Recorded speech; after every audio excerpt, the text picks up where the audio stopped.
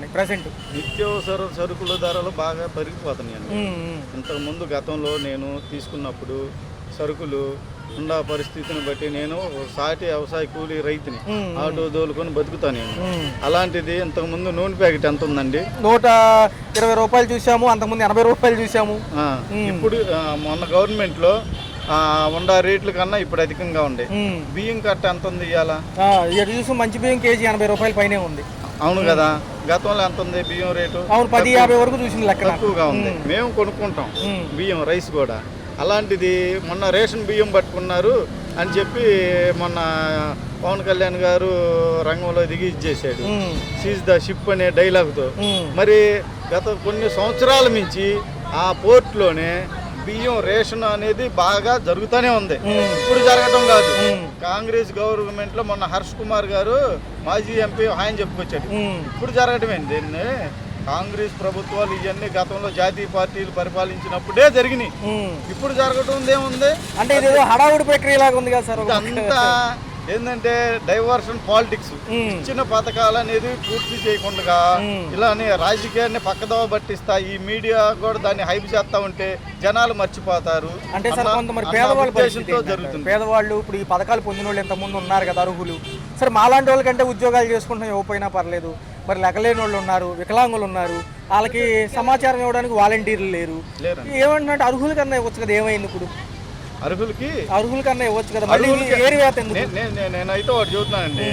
పోయినసారి 2019లో చంద్రబాబు గారు దిగిపోయేటప్పుడు మా బడ్జెట్ లో ఎంత ఉంచాడు? 100 కోట్లు ఉంచాడు. జగన్మోహన్ రెడ్డి గారు దిగిపోయే మూమెంట్ లో 7,800 కోట్లు అప్పచెప్పాడు. 7,800 కోట్లు అప్పచెప్పినప్పుడు 100 కోట్లకి ఎంత తేడా ఉంది? 100 కోట్లు అప్పచెప్పినప్పుడు జగన్మోహన్ రెడ్డి 9 పథకాలు ఇచ్చాడు. 9 పథకాలు ఇచ్చాడు. కరోనా వచ్చింది. కరోనాను కూడా తట్టుకున్నాడు. పల్లెటూరు మా ఊర్లో ఇంటింటికి కూడా కూరగాయలు ఇచ్చిన వస్తాం చూసాం మనం. కరోనా వస్తే ఆ సమయంలో నా కాలుకి దెబ్బ తగిలింది. ఆపరేషన్ అయి నేను ఇంటికి వచ్చిన తర్వాత కరోనా లాక్డౌన్ పడిపోయింది. నా అకౌంట్లో ఇంట్లో ఉన్నందుకు ఆపరేషన్ చేసుకుని ఇంట్లో ఉన్నందుకు 12,000 పడ్డాయి నా అకౌంట్లో. 12,000 పెట్టి సరుకులు తెచ్చుకున్నాను నేను. నాకు ఎలాంటి అలవాట్లు. 12,000 పెట్టి సరుకులు తెచ్చుకొని భార్య బిడ్డలను ఎటు బయటకు పోకుండా ఆ 12,000తో 2 నెలల చివరి గడిపిన తర్వాత మళ్ళీ కొద్ది చిన్న పనులు చేసుకుంటా నేను బ్రతికాను. ఆ టైంలో వచ్చిన కరోనాని అరికట్టాడు జగన్మోహన్ రెడ్డి గారు వాలంటీర్లను పెట్టి. 2 ఏళ్ళు అదే పోయింది కదా సార్. 2 సంవత్సరాలు అదే పోయింది. అభివృద్ధి జరగలేదని మాట్లాడుతున్నారు. 2 సంవత్సరాలు కరోనా వచ్చింది. ఏం చేస్తాం? ఇప్పుడు నాకు రోగం వచ్చింది, నేను మంచాన పడ్డాను. నా భార్య పిల్లల పరిస్థితి ఏంది? అట్టనే రోగాలు వచ్చిన వాళ్ళు కరోనా వచ్చినప్పుడు ఏం జరగల. నేను దొండకాయలు వ్యాపారం చేసేవాడిని. అలాంటిది నేను ఆటో కూడా తోలలేని పరిస్థితిలో ఉంది. అలాంటి పరిస్థితిని ఎదుర్కొన్నాడు జగన్మోహన్ రెడ్డి. మరి మొన్న ఇక్కడ వరద వచ్చిందండి, కృష్ణా జిల్లా ఇక్కడ విజయవాడ వరద వస్తే ఏంది ఏం చేశారు? అందరికి ఇచ్చారా? బుల్డోజర్ తిరిగాంగా మేము. వరద వస్తే ఏం జరిగింది? మళ్ళీ ఎన్ని డబ్బులు వచ్చినాయి అనుకున్నా? ఎంతమంది దాతలు సాయం చేశారు? లెక్కపత్రం లేదు. దాని గురించి ఏమన్నా డబ్బులు ఇన్ని డబ్బులు వచ్చినాయి, ఎంతమందికి పంచాము, ఎంతమందిని చేరదీసాము అనేది గవర్నమెంట్ ఏమన్నా చెప్పిందా? ఇంకో విషయం చూస్తే కొవ్వొత్తుల కన్ను అగ్గిపెట్లకి డబ్బులు అయిపోయినాయి అన్నారు పులిహోర పొట్లాలకి. మొన్న ఏదో మీటింగ్ జరిగితే 1,20,00,000 రూపాయలు అంట భోజనాలకు. నిజం. ఒక్కొక్క ఇస్త్రాకి 3,200 కట్టారండి. ఏది 2 రోజులు. ఇంకో విషయం చెప్పాలంటే అవన్నీ పంపించిన స్వచ్ఛంద సంస్థలే మళ్ళీ. మరి ఈ డబ్బు అంతా ఏమవుతుంది? చంద్రబాబు గారు సూపర్ 6 అనే పథకాలు ఇచ్చాడు. 6 పథకాలు అన్నాడు. 6 పథకాలు ఎలక్షన్ ముందేను సూపర్ 6. మరి అప్పుడు జగన్మోహన్ రెడ్డి పరిపాలన చేసేటప్పుడు శ్రీలంక అవుతుంది, మరి పాకిస్తాన్ అవుతుంది అని చెప్పుకొచ్చాడు. ఇప్పుడు సింగపూర్ అయిందా? అంటే రాష్ట్రం అప్పులు లేకపోతే అభివృద్ధి అవుతుందని వీళ్ళ నినాదం. మరి అప్పుడు ఉన్నాయి, ఇప్పుడు ఉన్నాయి. మరి అప్పుడు జగన్మోహన్ రెడ్డి గారు పథకాలు ఇస్తే మన రాష్ట్రం అప్పులు ఆంధ్రప్రదేశ్ అయిపోయిందని చెప్పి బాగా ఓదరగొట్టారు. మరి ఈయన కూడా పథకాలు ఇచ్చాడుగా. మరి జనవరిలో చూద్దాం సార్ ఏం చేస్తారు. ఇంట్లో ఉన్న ప్రతి ఆడబిడ్డకి 18 సంవత్సరాల నిండిన ప్రతి ఆడబిడ్డకి 1,500 అన్నాడు. మరి నా పిల్లలు ఇప్పుడు కాలేజీలో చదువుతున్నారు. మా వాడికి అమ్మఒడి డబ్బులు పడి, తర్వాత మా అబ్బాయి బీటెక్ చదువుతున్నాడు. వాడికి ఫీజు రింబర్స్మెంట్ కింద డబ్బులు వచ్చాయి. ఇప్పుడు అమ్మఒడి లేదు, అది లేదు. మొన్న మా పిల్లవాడు వచ్చి నానా ఫీజు కట్టాలి డబ్బులు అన్నాడు. నేనేం చేయాలి? అమ్మఒడి రాలా, అది రాలా, ఏం చేయాలి? ఇప్పుడు పెన్షన్లు కూడా ఇంతకుముందు గతంలో జగన్మోహన్ రెడ్డి ప్రభుత్వంలో ఎన్ని లక్షల మందికి ఇచ్చారు, ఇప్పుడు ఎన్ని లక్షల మందికి ఎత్తున్నాడు? ఆయన 3,000 అన్నాడు, ఈయన 4,000 అన్నాడు. కరెక్ట్ కాదంట. 4,000 ఎత్తున్నాడు. 4,000 ఎంతమందికి ఎత్తున్నాడు? అతను ఎంతమందికి ఇచ్చాడు? 10 మందికి ఇచ్చింది వేరు, 100 మందికి ఇచ్చింది వేరు. 100 మందికి ఇచ్చినప్పుడు 3,000 లెక్క వేసుకుంటే ఎన్ని లక్షలు అవుతాయి, 10 మందికి 4,000 లెక్క ఇచ్చుకుంటే ఎంతమంది అవుతాయి? ఇదన్నీ జనాలు ఎవరు గ్రహించలేదు. ఎట్లాంటివన్నీ అడుగుతారని డైవర్షన్ పాలిటిక్స్ అనమాట.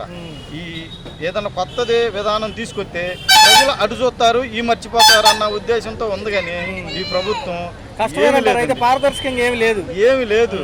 నువ్వు సరే మీరు అన్నారు, అన్న ప్రకారం 6 పథకాలు అన్నావు, 6లో ఎన్ని ఇంప్లిమెంట్ చేసా? డబ్బులు లేవుగా ఖజానాలు 7,800 కోట్లు వదిలిపెట్టిపోయాడని జగన్మోహన్ రెడ్డి. పాత అప్పులు తీరుతున్నాం అంటున్నాం. పాత అప్పులు ఎన్ని 14 లక్షల కోట్లు అప్పు అన్నాడు.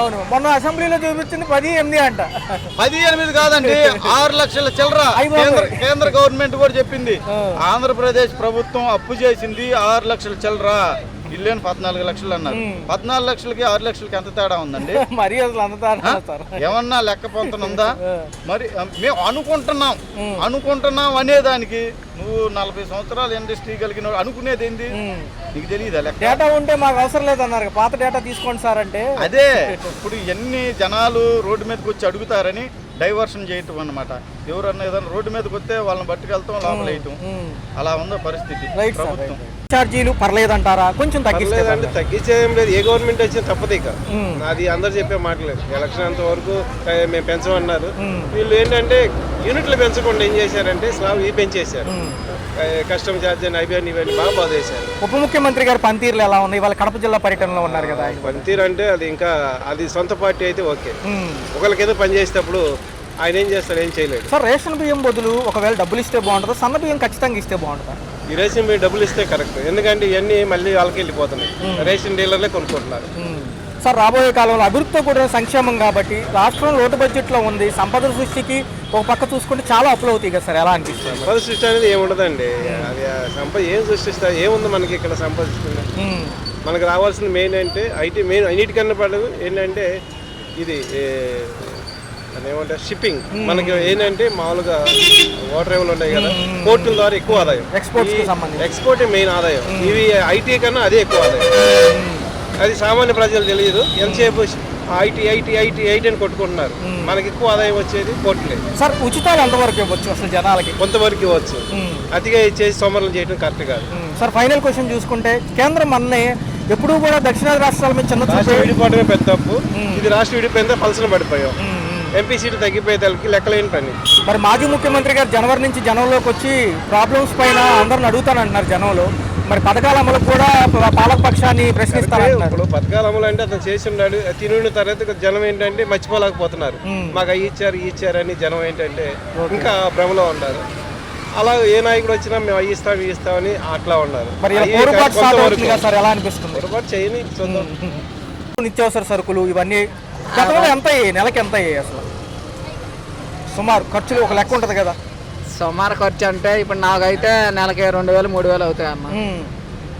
అంటే చాలా మంది ఏమంటున్నారంటే జీతాలు పెరగలేదు కానీ ఖర్చులు పెరిగిపోతున్నాయి అంటున్నారు. ఖర్చులు ఏం పెరగలేదు అన్న. పని చేసుకునే వాడికి ఎప్పుడే ఖర్చు ఉంటుంది.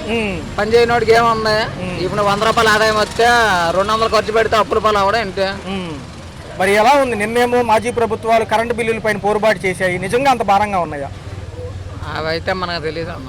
190 పైసలు అంటే మామూలు విషయం కాదు కదా అది కూడా. మరి అదే మీరు చూసుకోవాలి. ఎందుకంటే మేము ఏంటంటే మేము కష్టపడతాం, రూపాయి తీసుకుంటాం, తింటాం అంతే. కష్టపడకంటే ఇప్పుడు 10 రూపాయలు అమ్మాను బాబాయ్ టీ తాగుతా 10 రూపాయలు అమ్మాను ఇవ్వడు.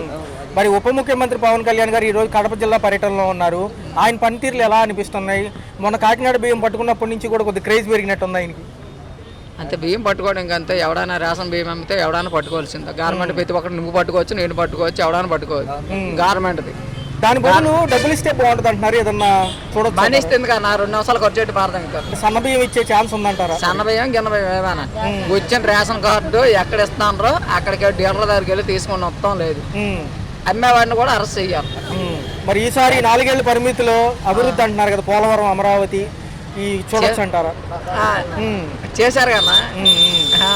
అదే పనులు ఏమో జనవరి నుంచి అంటున్నారు కదా. జనవరి కాదు మార్చిలో అవుతాయి. ఈ లోపు ఏమి అవ్వవు. ఎవరైనా సరే ఏ గవర్నమెంట్ అయినా సరే ఇప్పుడు మార్చి ఏప్రిల్ వరకు గవర్నమెంట్ లెక్కలు చెప్పాలి. అవన్నీ పూడ్చుకునేసరికి అలా సరిపోదు. మరి కేంద్రం ఈసారి ఆదుకుంటుందా? ఎందుకంటే ఎవరు వచ్చినా కలుపుకుంటాడు ఆయన పైన మోడీ గారు ఎవరు వచ్చినా కలుపుకోవడం ఇంకేముందా? నువ్వు వెళ్ళి నమస్కారం పెడితే నీతో వస్తాడు, నాతో వెళ్తే నాతో వస్తాడు. ఆ మోడీతో సంబంధం లేదు. ఇప్పుడు మన్మోహన్ సింగ్ చనిపోయాడు, ఆయన అన్నీ చేశాడు కార్యక్రమాలు, పక్కన పడేశారు. ఎవడేముంది, చచ్చిపోతే దివానం లేదు. మరి మాజీ ప్రభుత్వాలు జనవరి సంక్రాంతి అనంతరం జనంలోకి వస్తారంట, లేట్ అవుతుంది అని అడుగుతారంట, మరి ఎలా ఉంటుంది అది? అన్నా నువ్వేమంటాను కానీ ఆడొచ్చాడు ఈడొచ్చాడు ఏప్రిల్ 25వ తారీఖు వరకు ఏ రాజకీయ నాయకుడు కూడా పట్టించుకునే పరిస్థితి లేదు. నువ్వు పవన్ కళ్యాణ్ కానీ, చంద్రబాబు నాయుడు కానీ, మోడీ కానీ, అమిత్ షా కానీ, రాహుల్ గాంధీ కానీ, సోనియా గాంధీ ఎవరో పట్టించుకోరు. ఏప్రిల్ 25వ తారీఖు నుంచి ప్రతి ఓళ్ళు లైన్లోకి రాకపోతే అప్పుడు నువ్వు మీటింగ్ పెట్టుకొని ప్రెస్ మీట్ పెట్టుకొని సమయం ఇవ్వాలంటారు. దేనికైనా సమయం కాదన్న, ఇవన్నీ చర్చలు ఉంటాయి. గవర్నమెంట్ లెక్కలు చూసుకోవాలి. ఇవన్నీ చూసుకున్న తర్వాత పథకాలు ఉచితాలు ఎంతవరకు ఇవ్వచ్చు, మిగతా ఎలా ఉంటే బాగుంటుంది? అన్నీ పర్లేదు అన్న. ప్రెసిడెంట్ ఎవరు ఇచ్చినా ఒకటే. మన జగన్మోహన్ రెడ్డి ఇచ్చినప్పుడు తీసుకుంటారు, ఇప్పుడు చంద్రబాబు నాయుడు తీసుకుంటారు. ఎవడిస్తే వాడు తీసుకుంటారు. నువ్వు 100 రూపాయలు ఇస్తావంటే నీ వెనకాల తిరుగుతాం అంతే. పథకాల గురించి మనం మాట్లాడే పరిస్థితి మనం ఎవరు విమర్శించడానికి లేదు, ఎవరు దోషించడానికి లేదు. ఎవరైతే అలా తీసుకున్న జనం కానీ, అంతేగాని మనం ఒకరు విమర్శించేది అంటారా? ధరలు ఈ ప్రభుత్వాలు కొత్తగా వచ్చాయి కదా, ఎలా అనిపిస్తుంది? గతం బాగుందా, ఇప్పుడు బాగుందా? గతంలో బాగుంది. జగన్ ఉన్నప్పుడు, ఈ చంద్రబాబు వచ్చినప్పటి నుంచి ఏది ఒక్కటి సరిగ్గా లేదు. ఒక పక్క విద్యుత్ ఛార్జీలు కూడా పెరిగాయి, చేశారు. 3 బస్సులు అన్నాడు, ఏం లేదు. అన్ని ఓ వాగటం, అన్ని ఓ వదిలేయటం. గతంలో ఏంటంటే వాలంటీర్లు ఉండేవాళ్ళు జనరల్ గా. వాలంటీర్లే కాదు, ఏ మాట కరెక్ట్ గా జరిగేది. మరి వీళ్ళు చేయగలరు అంటారు ఈసారి? సమయం ఇవ్వమంటున్నారుగా. జగన్ వస్తే చేస్తారు. ఛార్జీలు, నిత్యావసర సరుకుల ధరలు ఎలా ఉండాలి? కేంద్రం రాయితీలు ఇస్తే బాగుంటుంది రేపు డెవలప్మెంట్ కోసం. మనం అది సెంట్రల్ గవర్నమెంట్ కొన్ని స్టేట్ చేతిలో ఉంటాయి, కొన్ని సెంట్రల్ గవర్నమెంట్ చేతిలో ఉంటాయి. కాబట్టి సెంట్రల్ స్టేట్ రెండు కలిసి ఇచ్చేస్తే ఏదైనా బాగుంటుంది అన్న. రాబోయే కాలంలో ఉపాధితో కూడిన అభివృద్ధి అంటున్నారు, రెండోది సంక్షేమానికి కొంచెం లేట్ అయినా ఇస్తామంటున్నారు. కానీ మాజీ ప్రభుత్వాలు ఏమంటున్నాయి అంటే ఇప్పటికే 7 నెలలు అయిపోయింది కాబట్టి ప్రజల్లోకి వస్తామంటున్నారు జనవరి అనంతరం. మాజీ ముఖ్యమంత్రి గారు కూడా అంటున్నారు. మరి ఎలా ఉండబోతుంది? ప్రజలు ఆహ్వానిస్తారా? మళ్ళీ ప్రజలు అందరినీ ఆహ్వానిస్తారండి. ఆ పార్టీ ఈ పార్టీ అని కాదు. ప్రజలకి ఏదైనా మంచి చేస్తే మంచి ఎందుకంటే మన సెంటిమెంట్తో ఉన్నది. ఈ సెంటిమెంట్ ప్రజలం కాబట్టి ఎవరు మంచి చేసినా వాళ్ళకి సానుకూలంగా స్పందిస్తాం.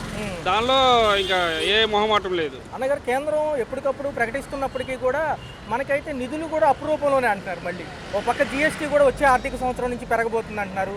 మరి ఇవన్నీ చూస్తే ఎలా అన్న కొంతవరకు వెసులుబాటు ఉంటేనే కదా ఏదైనా డెవలప్ అయ్యేది. జీఎస్టీ ఎప్పుడో పెరిగింది, అప్పటి నుంచి ఇది ఉంది, మళ్ళీ ఇంకా పెరుగుతుంది అంటే పరిస్థితులు బట్టి పెరగవచ్చు. ఎందుకంటే ఎకానమీకి సంబంధించినవి కాబట్టి మనం అక్కడ మొత్తం ఒక స్టేట్గానే చూడరు కదా.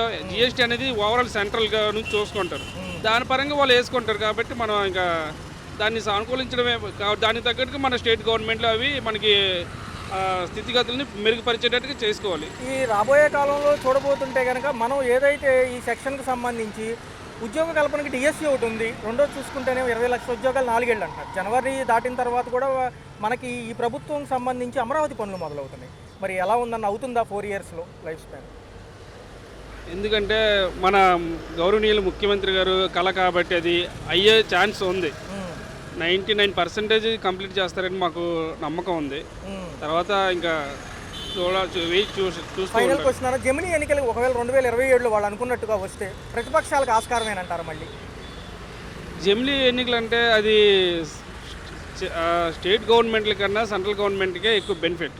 ఎందుకంటే ఒకేసారి కాబట్టి జాతీయ భావం ఉండి జాతీయ వైపు మొగ్గు చూపే ఛాన్స్ ఉంది. ఇలాగా లోకల్ పార్టీలకి ఏమాత్రం కొద్దిగా ఇబ్బంది కలిగితే నా అభిప్రాయం.